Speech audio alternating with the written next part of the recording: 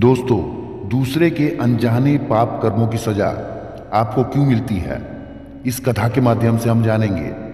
बस अनुरोध है कि कथा को पूरी अवश्य पढ़िएगा, तभी कुछ समझ में आएगा।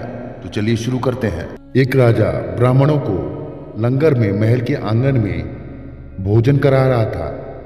राजा का रसोइया खुले आंगन में भोजन पका रहा था। उसी समय एक चील अपने पंजे में एक जिंदा सांप को लेकर राजा के महल के ऊपर से गुजरी। तब पंजों में दबे सांप ने अपनी आत्मरक्षा में चील से बचने के लिए अपने फन से जहर निकाला। तब रसोइया जो लंगर ब्राह्मणों के लिए पका रहा था, उस लंगर में सांप के मुख से निकली जहर की कुछ बूंदें खाने में गिर गई। किसी को कुछ पता नहीं चला। फलस्वरूप वह ब्राह्मण जो भोजन करने के लिए आए थे, उन सब की जहरीला खाना खाने से मौत हो गई।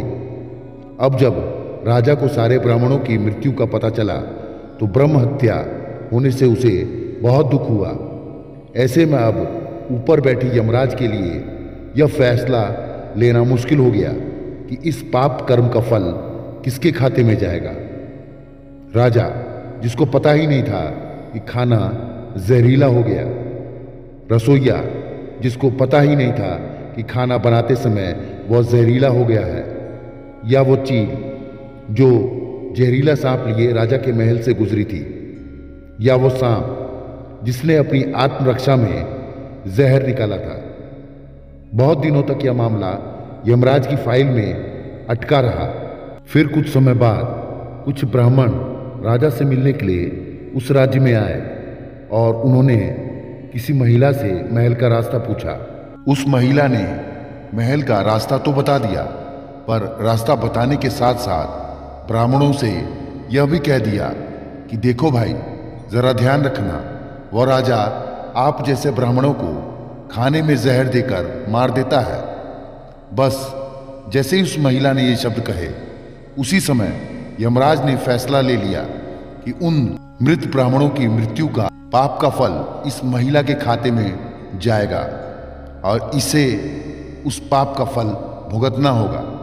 यमराज के दूतों ने पूछा, प्रभु ऐसा क्यों, जबकि उन मृत ब्राह्मणों की हत्या में उस महिला की कोई भी भूमिका नहीं थी।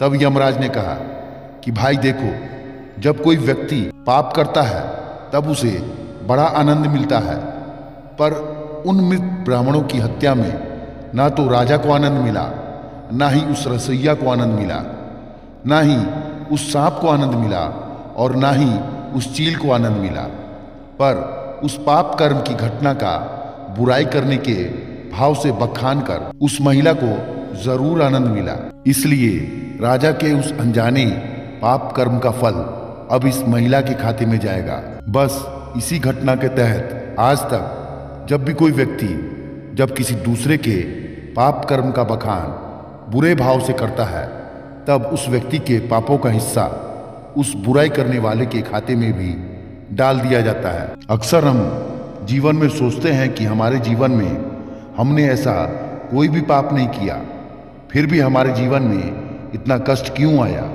ये कष्ट और कहीं से नहीं, बल्कि लोगों की बुराई करने के कारण उनके पाप कर्मों से आया होता है, जो बुराई करते ही हमारे खाते में ट्रांसफर हो जाता है। तो दोस्तों, दूसरों के अनजाने पाप कर्मों का फल, यह कहानी आपको कैसी लगी?